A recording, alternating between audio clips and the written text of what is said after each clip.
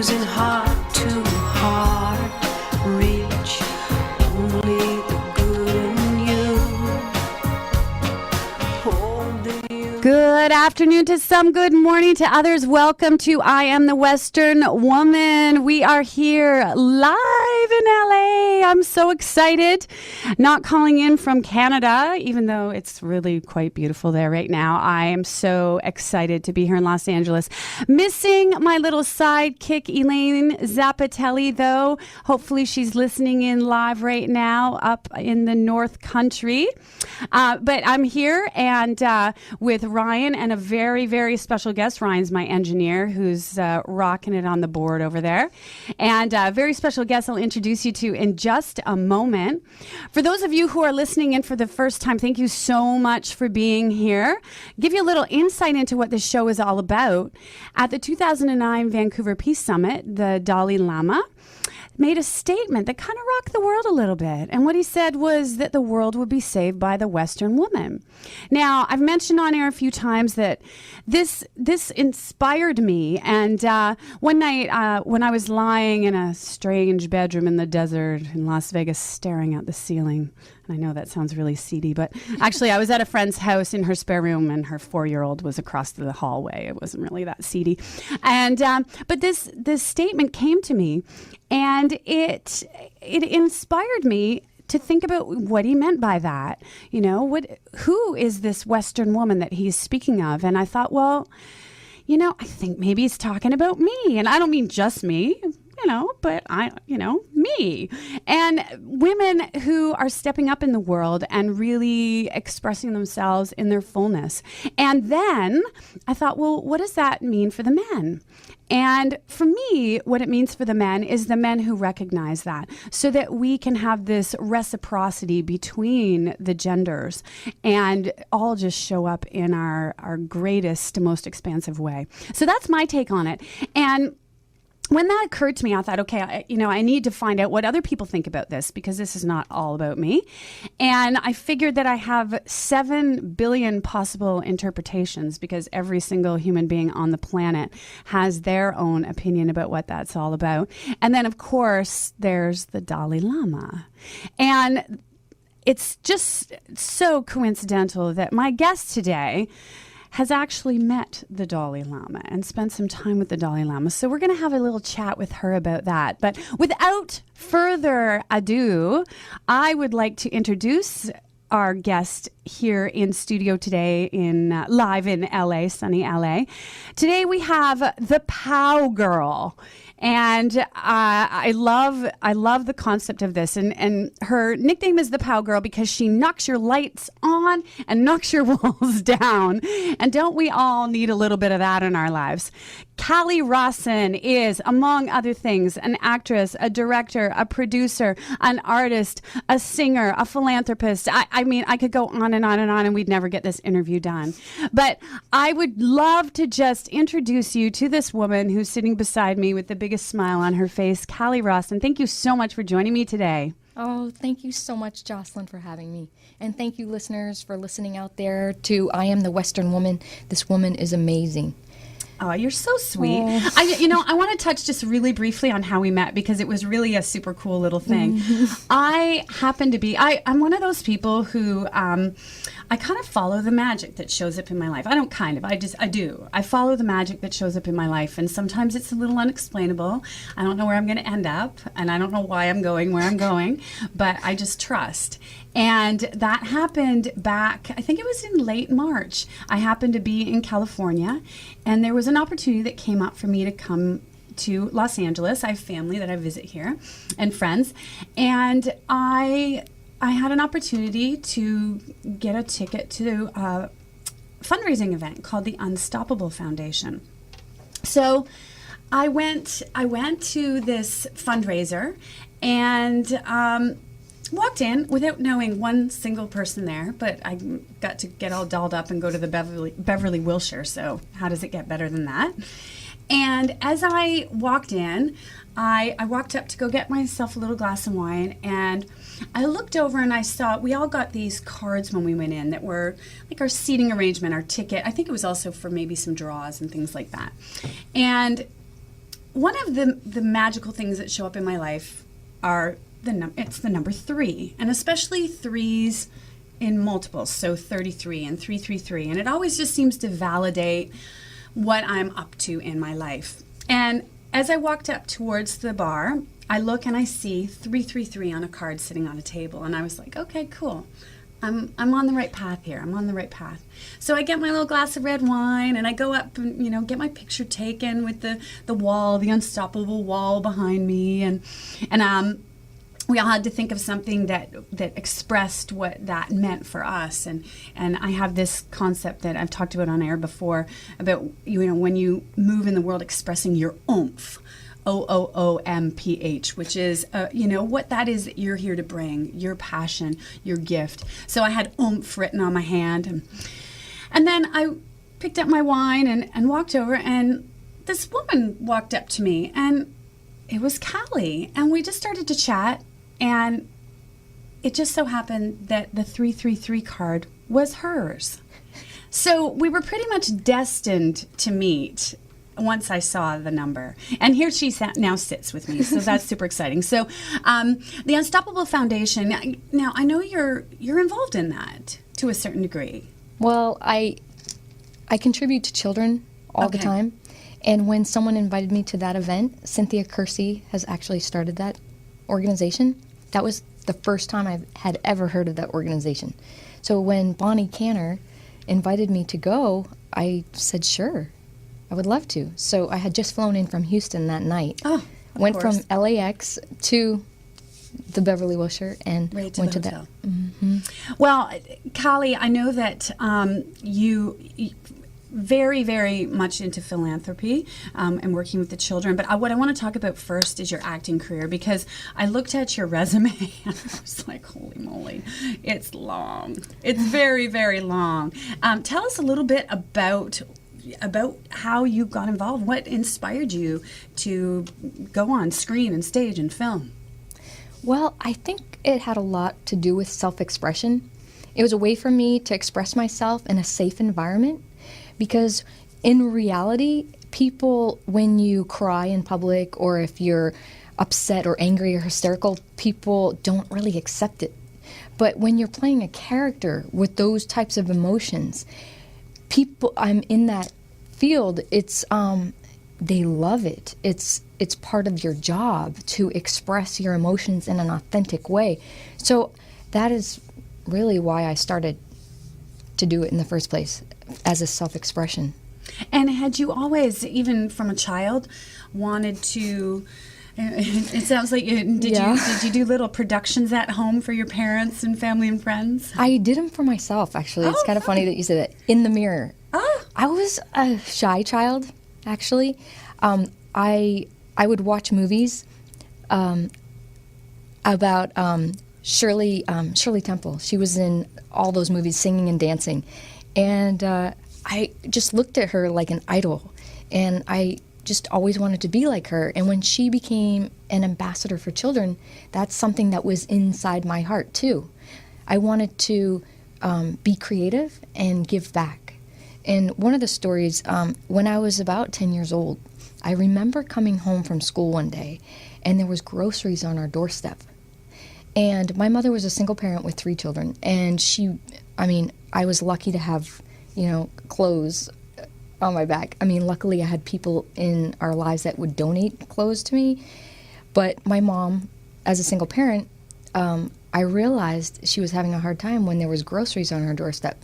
So in that moment, I realized I would like to be an angel like that, because no one left a note. They just brought the food, and I said, one day I will do that for other people.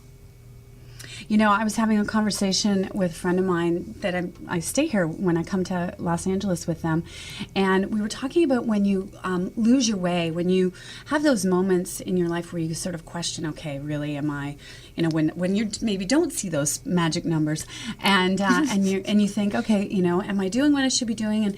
And we talked about how when you just sort of step back and then just go, all right, how can I serve? How can I contribute here?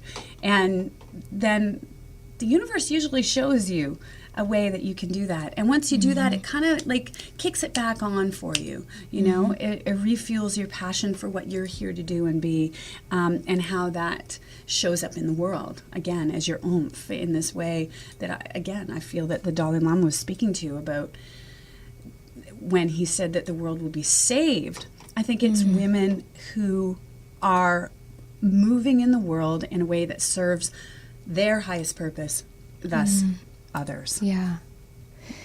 So you had asked me, you know, what started me off in the acting. Well, it was Shirley Temple. She put the seed in my brain watching her. And as I grew up, because I was in survival mode, I decided, you know, I've got to do something that makes a living. So I became a dental hygienist. Oh, okay. But destiny prevails, because what happened was I had a casting director as a patient. I didn't know she was a casting director at the time, but she was in my chair, and after I was done, she gets up and says, "You're an actress." And she gives me her business card, and she's like, "I want you to contact me." So she actually helped me with my first agent, brought me to actor showcases, kind of mentored me in a way, and her name was CJ. And she worked for Abrams Casting in Dallas, Texas. And at that time, I was a hygienist full time, so I was like, well, thank you, but I was kind of on and off until a car hit me from behind, and I physically couldn't be a hygienist. Talk about a wake-up call. Yeah, I'm like, okay, I'm destined to do this. But I kept running away from it. But it was what you studied in college, right? Well, I studied after I had met this woman. Oh, okay. I told, my husband said, why don't you be a housewife? So I tried it for about a week or two, and I just short-lived. Yeah, I couldn't just stay home and shop and have lunch. I like those things, but just periodically. So I went back to school, and I started taking theater and art. And I just discovered it's something that I love, like something I would do even if I didn't get paid for it. So I was thinking, okay, this is for me. Because someone said, follow what you love. Yes. And that is what I love. I love to create. So I paint, I act, I sing. I do just about everything that I can create. Filmmaking, characters. I even made the necklaces on a series. And I'm going all around. Like, my points are like everywhere. It's all good. I live my life in tangents. It's perfect. So you're, as I said, I went onto your resume here, and it's just enormous. The number of things that you've been involved in. Lots of movies and television, and then stage production and web series. You've done some training with acting coaches and so on and so forth. If someone were to, and you know, I know this is like just one of those questions most people would ask you, but if someone were to say, what might I've seen you in? What would somebody maybe have seen you in? Untold Stories of the ER. Okay. I play a surgeon. In Along Came Polly, I play Deborah Messing's Maid of Honor. Really? Mm-hmm. Okay. That was a funny movie. And it's in the deleted scene section, so you have to get the DVD. Okay, so extra scenes. Yes, and the extra scenes that they chopped out. And a lot of my projects are independent, so you can see them on YouTube, Vimeo, and so somebody could go to your website, www.thepowgirl.com. Yes. The POWgirl.com, and they could look up all of these, the videos, and you have all the links on there. Yeah. Awesome. Yeah, and I know that you're working on a project right now that I think you just shot a pilot episode for it. Is that true? And it's kind of fun that your numbers are 333 because tell our me. series is called 3 Orbs of Light. Oh. We started it. Doesn't surprise me. And we just brought on a new writer from India. She lives here, and she wants to be a TV writer. I met her through a mentor program through the Alliance of Women in Media. And I want to talk a little bit about that too. yeah, Minoti Vaishnav is an incredible, talented writer and music producer. She has written her own music and made 2 albums herself. But she came on the project. I introduced her to my team, and she went home. She wrote a backstory and 12 episodes in 1 week. And I know that sounds inspired. easy. I am so inspired by her. So we're on Facebook, facebook.com/3 Orbs of Light, and it's with the number 3. And the story is about 3 orb protectors. And the orbs are manifestations of the mental, the physical, and spiritual energies. And we feel like when they're aligned, that this planet will be transformed. And that's my main focus, is transforming the planet. And people say start with you. And so I'm constantly doing transformational courses, seminars, meeting amazing people that are up to transforming the world. I like to collaborate. I love people. I love to work with people. And I think our vibrations together, when we're working together, it helps heal. I think creativity heals. So when I'm with a team of people that is creating, it's creating a vibration that's healing. I would absolutely agree. I'm also, among many other things, a yoga teacher, and I definitely I more than buy into the concept. Then when we work with that creative energy, that it's all about the expression that connects with other people, and that whole concept of oomph that I talked about. It's really about my oomph supporting your oomph. So here I am. I get to have this super cool, fun radio show, and I get to share that by having you on, and you get to share what you are here to bring and your oomph to all of our listeners and myself, and we get to share it with Ryan. You know, he's sitting here in a room full of activated women, and you know, but what that does is it creates an environment where we can all show up that way. And you know, sometimes I was at the airport yesterday, and I find when I travel, I look around and I, you know, try and catch people's eye and just see. Some people you can see they're just kind of stressed about traveling. It's not that much fun for other people. I love it. My dad was a pilot, so I'm just I could live in an airport. But you know, people are kind of stressed, and you can see it in their eyes, and they're just in a place that's kind of distracted. And then every now and again, you catch someone's eye, and they're just there. Right? And that's when I feel it's like that, even though it's just in a moment in the security line at the airport, you're connecting with that person. And that's usually when business cards get exchanged and connections are made. I love the name 3 Orbs of Light, and I'll share a little story with you off air about something to do with orbs. That's kind of a little interesting story. So remind me of that when we're off air a little bit later. But so you've shot a pilot for this, which is, you want it to be a series, a television series? Yes. Okay.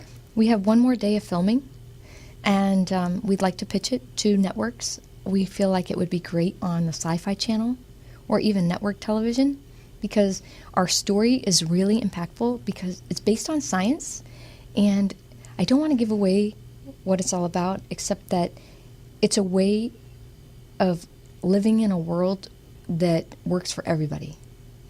And How great would that be? Yeah, that everybody lives a life that they love. And there's some bad guys in there. You know, there's always got to be the protagonist, right? Otherwise, it can get a little... No, I mean, I don't want to say boring. I think it would be wonderful to have a world where everything supported everything else and everybody was able to live that way. But yeah, at the same time, you know, a little bit of... Challenge. A little bit of... It represents challenge, Yeah, I think. which we all have in our lives. Yeah. Absolutely. Hopefully a little less than the joy, right? Very cool. I think we're going to take a short break here, but I want to just, again, reiterate Callie's website, which is www.thepowgirl.com.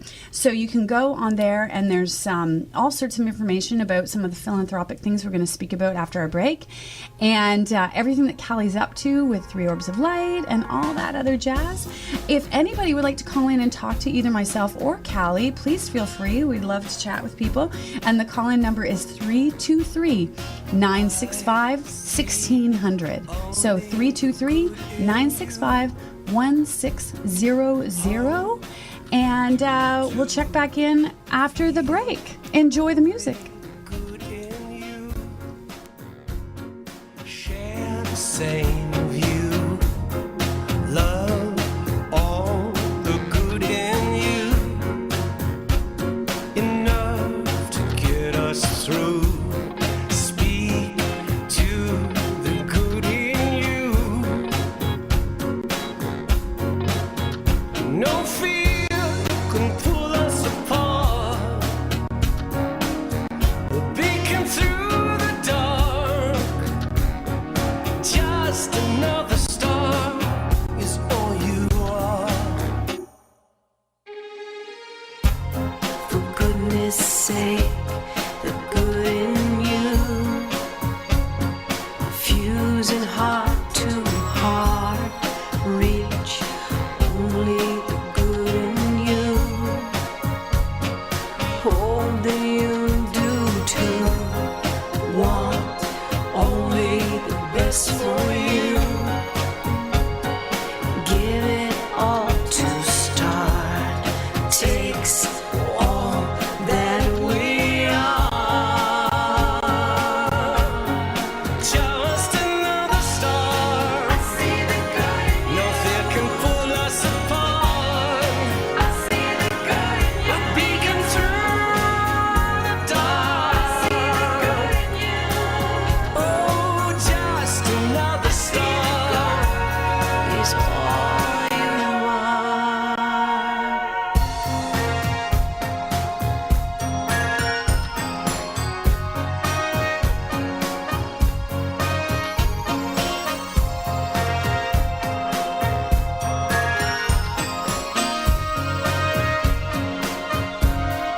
Just another star. No fear can pull us apart. A beacon through the dark. Oh, just another star is all you want. Just another star. Oh, just another star. It's all you just another star. I see the glow.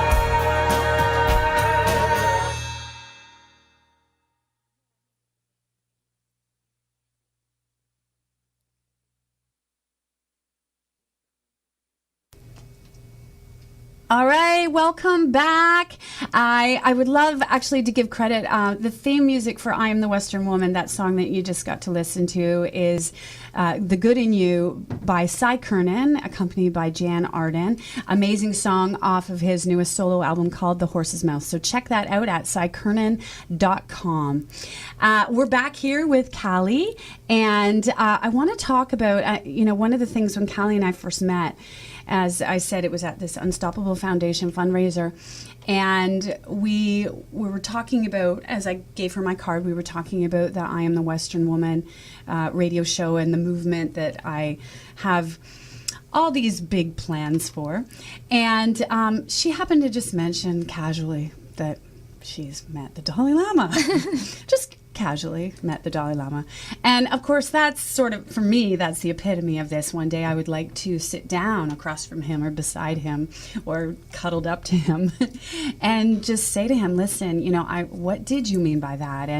And I guess just to really know that that's the way I'm living my life. And so tell me about meeting the Dalai Lama. It was an amazing experience. It's probably going to be one of the most memorable experiences of my life. So I was contacted by a publicist named Stephen Shetrid, who lives in Scotland, and he asked if I wanted to be an ambassador for children. And I said, absolutely, the Tibetan children. I'm sorry, I keep saying So when I was invited, I'm thinking, me? Why me? But I went, and he was so I was so in awe, and you can probably see it in my photos because I was in such awe of meeting him and what he's up to. And so what the Dalai Lama has done is he's donated 3 acres of land in Mysore, India, to build an orphanage.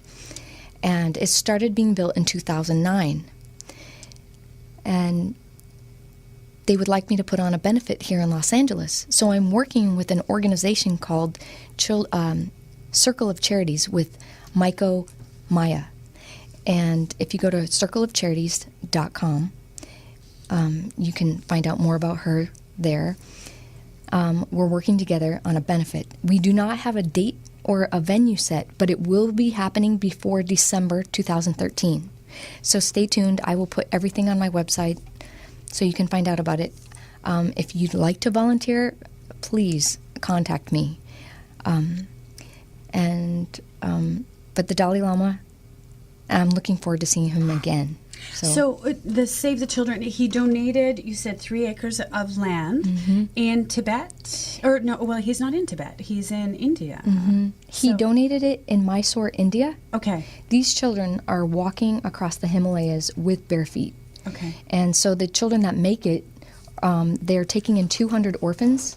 It's a Sarah May Pabhor construction site. And if you go to SaveChildrenTibet.com, it's called SaveChildrenTibet.com. It will show you images of the construction site, how far along they've come. It's an amazing building. It's going to house 200 orphans and 500 monks who will teach these children and educate them and feed them. There'll be medical supplies. They're going to need clothing, educational things. And so if you'd like to donate, go to SaveChildrenTibet.com. So it's going to be also a school, and then these children who they're all going to be coming from Tibet. So not local kids from Mysore, India. No. Okay. Yeah, Wow. and some of these parents crossing don't make it. So these children are left parentless. Right. And I'm really looking forward to going there. I'm going there in December. And I cannot wait to see these children. To India. I'm going to India in December. So when you met the Dalai Lama, I'm looking at the pictures here, and you do look a little flabbergasted in a really sweet way, which I can imagine I would. For as much as I have no trouble talking anywhere, anytime, it might render me speechless to actually meet the Dalai Lama. And so you just got a call from someone, and they just said, yeah, you want to come hang with the Dalai Lama? Well, it wasn't just a phone call. I had been friends with him on Facebook for a while, and we were discussing doing a promotional piece for the Tibetan children. And then once we got to talking, he meaning this, Stephen Chetrit. Stephen, okay. I don't even know how to pronounce his last name. It's Chetrit. Chetrit, and he's an elegant Frenchman, and he goes to India and works with the kids all the time, several times a year, and he sent me images of these amazing children. And so the Dalai Lama is, like I said, he donated the land, and we need 500 more thousand. So originally, when I first started talking about the project, they needed 1.2 million, but they've been raising funds through fundraisers all over Canada. And with San Bui, she is the coordinator in Canada. Her name is spelled SANBUI, and they've raised over 600,000. Wow, that's amazing. That's amazing. Yeah. And just since last December? Yes. How amazing. I'm definitely going to have to look her up. I have, I happen to be from Canada. I know. So, very cool. Just to read a little bit about what it says here. The event that you're organizing is going to raise awareness and funds to provide more to go towards these orphans and refugee children, so they have shelter, basic amenities. The monastery will provide them with everything they require, and they're going to learn English as well as math and everything else, so reading, writing, arithmetic. And then they'll have the opportunity, which I love this, to pursue higher education at the university that they choose. I mean, absolutely amazing.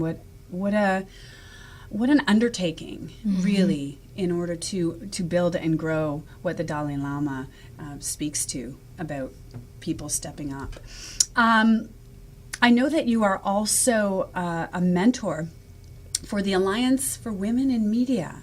And I'd love to hear a little bit more about that, because clearly I'm doing that. I happen to be a woman in media, and I don't know that much about this. I read a little bit about it on your bio, but can you fill me in?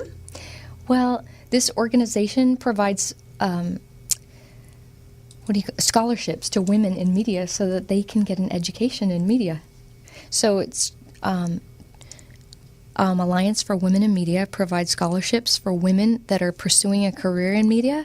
And I just went to their gala, which was several months ago, and many stars were being acknowledged because they contribute to the funds for these amazing women that are starting out, and they mentor them. And it's just nice that people are being mentored in this media complex, because images and people watching and listening to media are being, I'm not saying brainwashed, but these images that people are getting in their minds, they perpetuate the actions of the public. And so it's our responsibility as people in the media to put out positive messages, images that make a difference. And that's really what I'm committed to. Because growing up as a child, when I would watch media, the one thing that really impacted me the most was a PSA of an Indian rowing down a river in a canoe, and he saw some garbage on the side of the river. It was being polluted. And when he looked into the camera and he had a tear in his eye, I will never forget that PSA as long as I live. That PSA affected me. I started recycling as soon as I saw that PSA, and from then on I felt like I wanted to transform the planet. And the POW in the POW Girl stands for Protect Our World. And when we're gone, the children that are here when we're gone, they need to live here and have fresh air and thrive. And so I'm reminded and grateful about my life, but that I won't be here forever.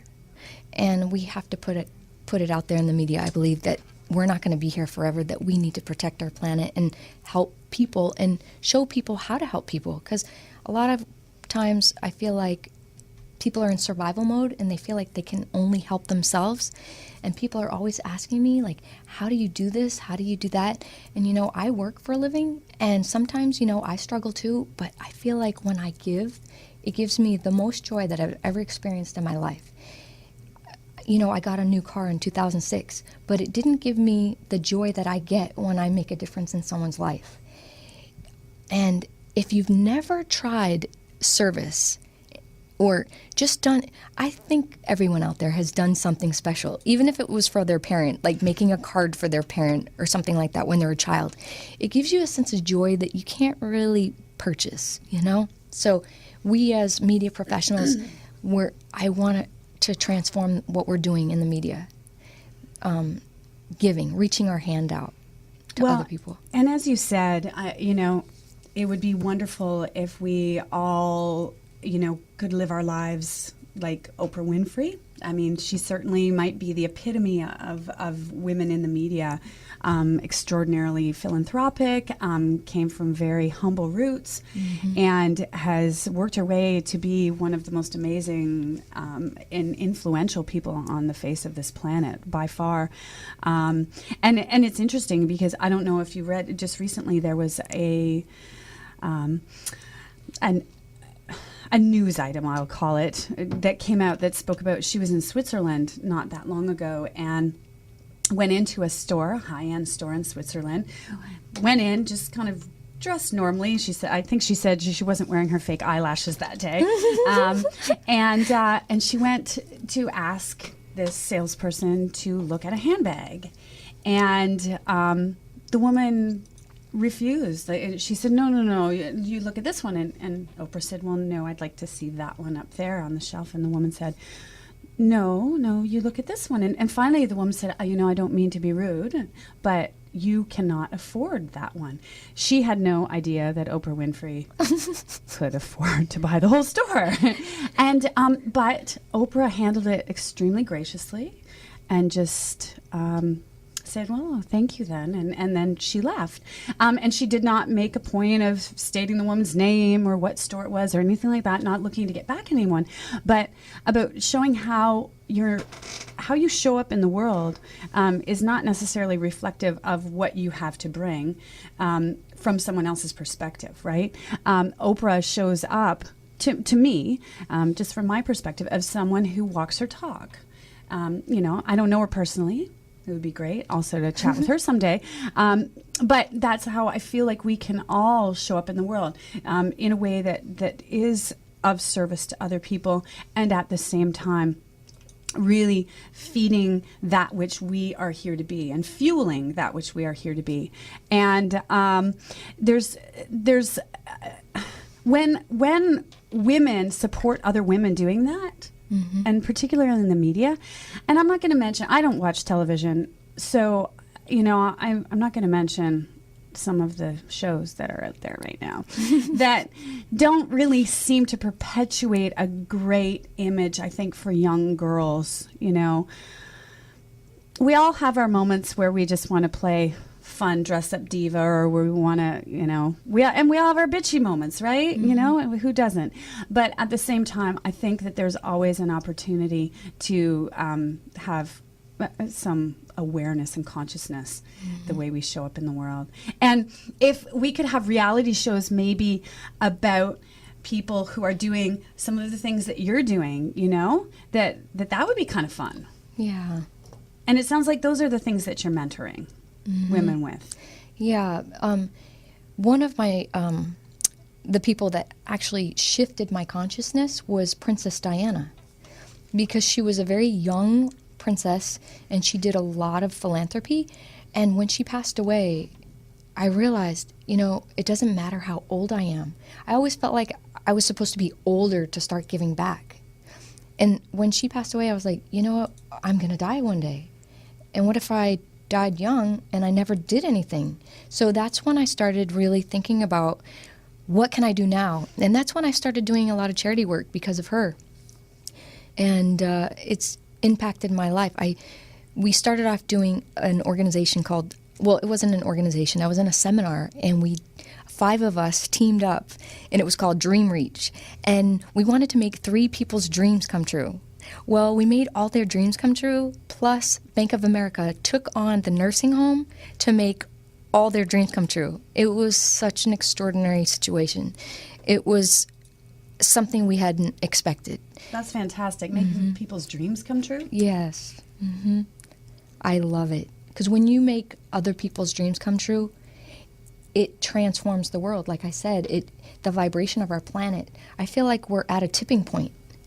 And I don't know if anybody knows what a tipping point is that an exponential number of negative and an exponential of positive things are happening. We're at a tipping point where we could tip either way. So we all need to work together, forgive. I didn't say forget. Heal yourself, forgive people, move on, and make a difference. And don't use excuses. I sometimes get fearful, that I can't make a difference, but I share about my fears with people, and I get coaching from extraordinary people in my life, and I just let them know about my vulnerabilities and just share. And bringing up making a difference in the world, I wanted to bring up how we met at the Unstoppable Foundation. Is I was invited by a woman named Bonnie Canner, who's a producer, but she's also has a website called chosenforchange.com. And what she does is, it's a little bit like Shark Tank in a way. These people out there in the world have technology and products and that are out there that make a difference. These products make a difference for society, but they also provide jobs for people.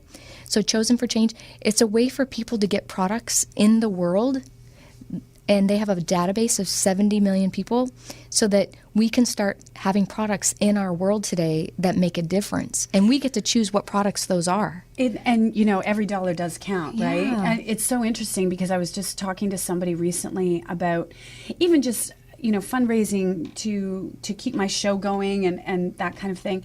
And, you know, crowdfunding is huge. It's just huge these days. And it's the power of one person, even if you only have $20 to donate it towards something that speaks to you.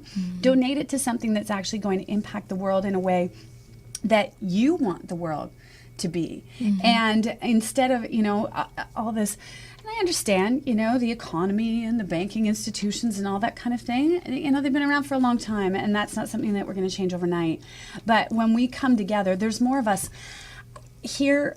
The average person, will call it. I know Occupy called it the 99%, and what, however you want to speak to that. But the normal, everyday person who gets up every day and just wants to live a good life, we have the opportunity to make a huge impact just by making the choices that we make.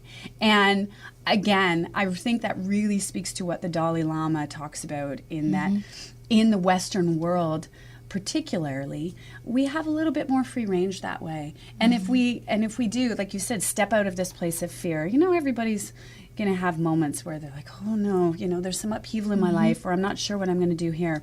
But to be able to just like push on through and be ready for anything, fears usually in our mind are a lot greater than they are in our reality. Yeah. And so when we move on through that, it creates the opportunity for us to then step out, and then we can start saying, hey, who wants to help me with this? Who wants to help me with that? How can we collaborate on this? I'm all about collaborative things. So everything you're saying here, I'm writing it all down, all these websites, and I'll mention them all at the end of the end of the show today for sure. One of the things that we always ask every guest on the show is first of all, your thoughts on that statement made by the Dalai Lama, that the world would be saved by the Western woman, and also what you think that he meant by that. And especially maybe you got some insight. Maybe he told you what he meant by that, when maybe he whispered it in your ear when, you know, you got to hang out with him.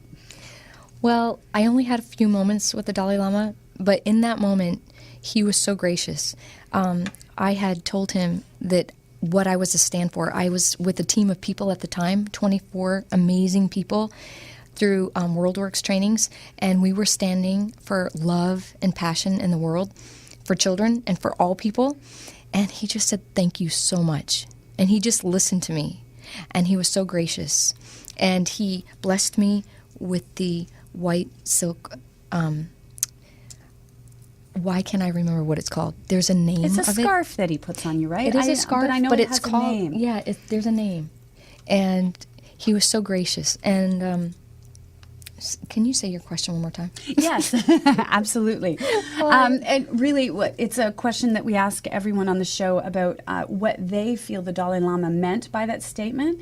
The world will be saved by the Western woman. And also your personal take on it and how you feel you're showing up in the world in that way. Okay.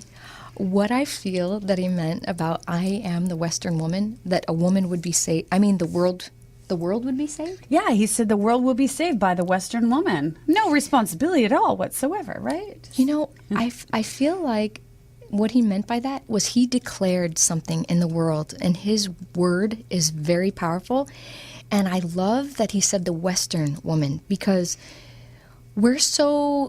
media shows us as these, you know, product-loving, like, you know what I mean, like, just image. All about, you know, the marketing and materialism and consumerism. I feel like the Western woman has a rap for being fake and loving things. Fake boobs, fake and eyelashes, I love things. fake hair. I mean, so I feel like he called upon the Western woman to take on impacting the world because he knows that we have a lot of resources. I mean, America and Canada, and all of us over in this Western realm, we have so many resources that we could change the world, save the world. And so I would like to be that kind of person. And Jocelyn is that kind of person. And I just want all of us to get together and be those women. And I feel like her website, when I read it the other day, and it said that she's calling upon each woman to take on that inside their heart. And I feel like I am that woman too. So I'm not, going out there without fear, because I have a lot of fear inside too. Yeah, and but here's I keep the going. thing, though. The great thing is that, as we talked about, you're never alone. So the more people who step into that, and I know I keep saying that, but that's really what it's all about. It's instead of just living your life kind of, at the mercy of or at the effect of, this happened to me, to wake up every morning. I wake up every morning and I say, how can I contribute today? Mm-hmm. I say, how can the world contribute to me today in so that I can be more of what I'm here to be? Mm-hmm. How much more fun can I have? How can I show up and have my life be easy and joyful and ridiculously fun and magical? And what super cool people can I hang out with today? Mm-hmm. These are the questions that I ask myself every day. And then every day, that's what happens. And so I feel like if we were all in a position to be able to live our lives, regardless of what we're doing, if you're working somewhere where at the end of every comment that you make to someone, you have to say, would you like fries with that? Do it from a place of who you are, right? How about would you like some love with that? Right. I understand that everybody has to put food on the table and everybody has to, pay the rent and all that kind of thing. And I'm not suggesting that we all are just going to float around, like happy little bubbles. But how much fun would that be? But to be able to bring who you really are into everything that you do in a beautiful and individualized way, but in a way that supports. So the way I show up in the world, Callie, supports the way you show up in the world and vice versa. And so there's never a need to really be afraid. And the Dalai Lama's got our back, really, Mm-hmm. And one of the things that he said was he was raised by a mother who, his recognition of her was that she just showed up as unconditional love. Mm. And, I have 2 teenage sons that what they say about me is, Mom, you're the exact opposite of normal. But we love you because they know that I don't judge them. I'll say to them, if you make that decision, that could be interesting for you. There's going to be consequences and it's your choice. I'm not going to judge you. It doesn't mean that I'm always going to be there to pick you up because now you're way bigger than me. But, we can just allow people to live their lives the way that they live them without judgment, but also create space so that they can see how much more they have to bring. Yeah, and work through whatever they're working through. Yeah. I feel like sometimes people isolate themselves when they're going through certain things. But I found that when I just speak about how I feel with my friends and people that love me, they're always there to guide me and help me through what I'm going through. So I appreciate that. And so you people out there, just connect with people. I met someone by chance. I was having lunch by myself and there was no chairs there was chairs, but all the tables were filled. So I walked up to this one table and I said, do you mind if I sit here? And we just happened to be talking. And the gentleman across from me said, all you have to do is connect. That's all you need to do in life. Like, don't worry about what's not happening or what you want or anything. Just connect with people with unconditional love. He didn't say the unconditional love part. I'm adding what Jocelyn just mentioned. But if you just connect with people, I find that I'm finding that my fear goes away when I connect. So it's I so appreciate true.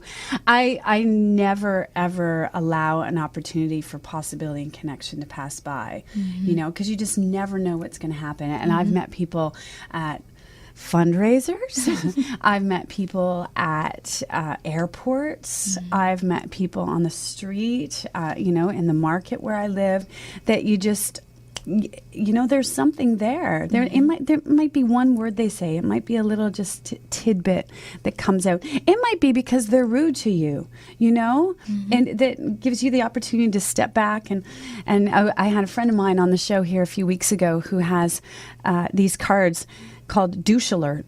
And it's about, letting people know when they're being a douchebag. Yeah. And so if they park really ridiculously or whatever, and you leave this card, but what the deal is that when you flip it over, there's an opportunity to go onto a website and you can, get retribution, so to speak, karmic retribution by making a donation to a charitable organization. So if you've been a bit of a douchebag, and we're all going to run into those people. In fact, my son, when we were driving here in LA, he was like, you need to get some of those cards from Eddie because there's a lot of douchebags in LA.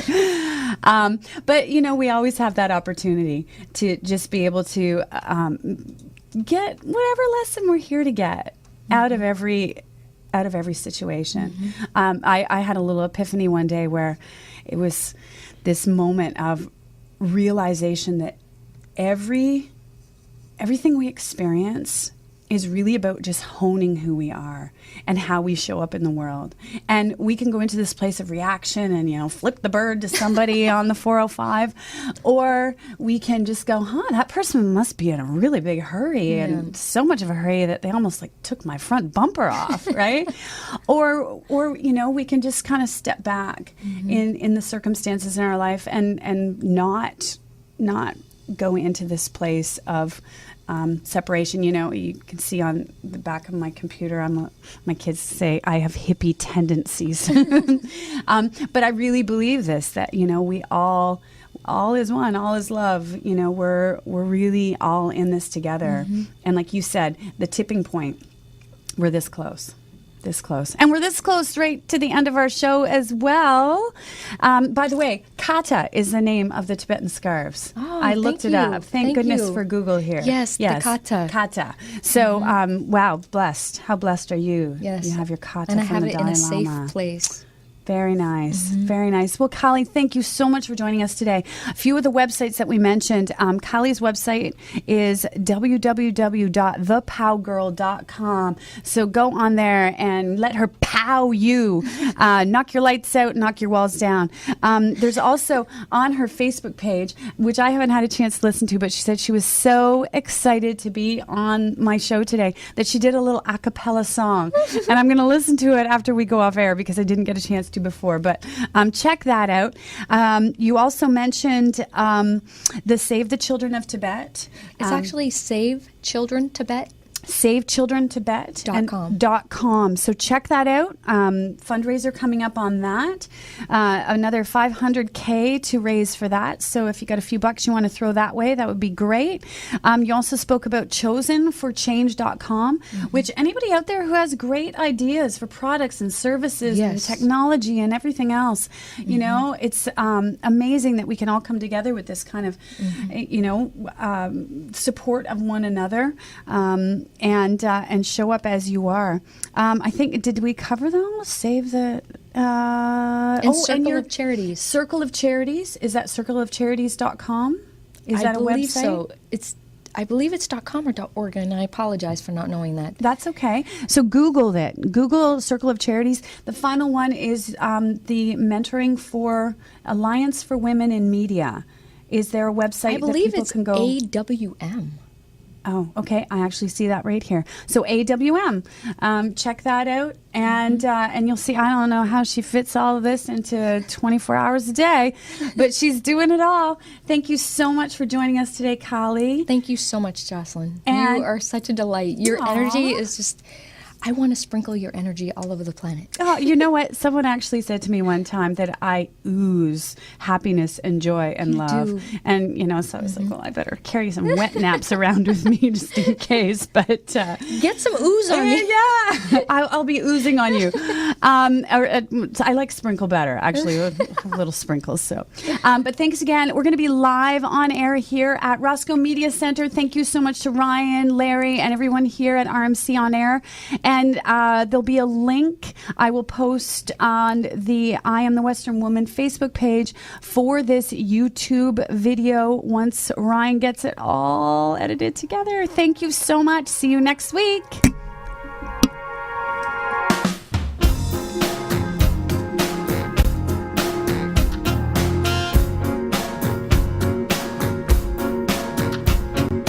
I see only the good in you. Hope you do too. Feel only the good in you. Share the same view. Love all the good in you. Enough to get us through.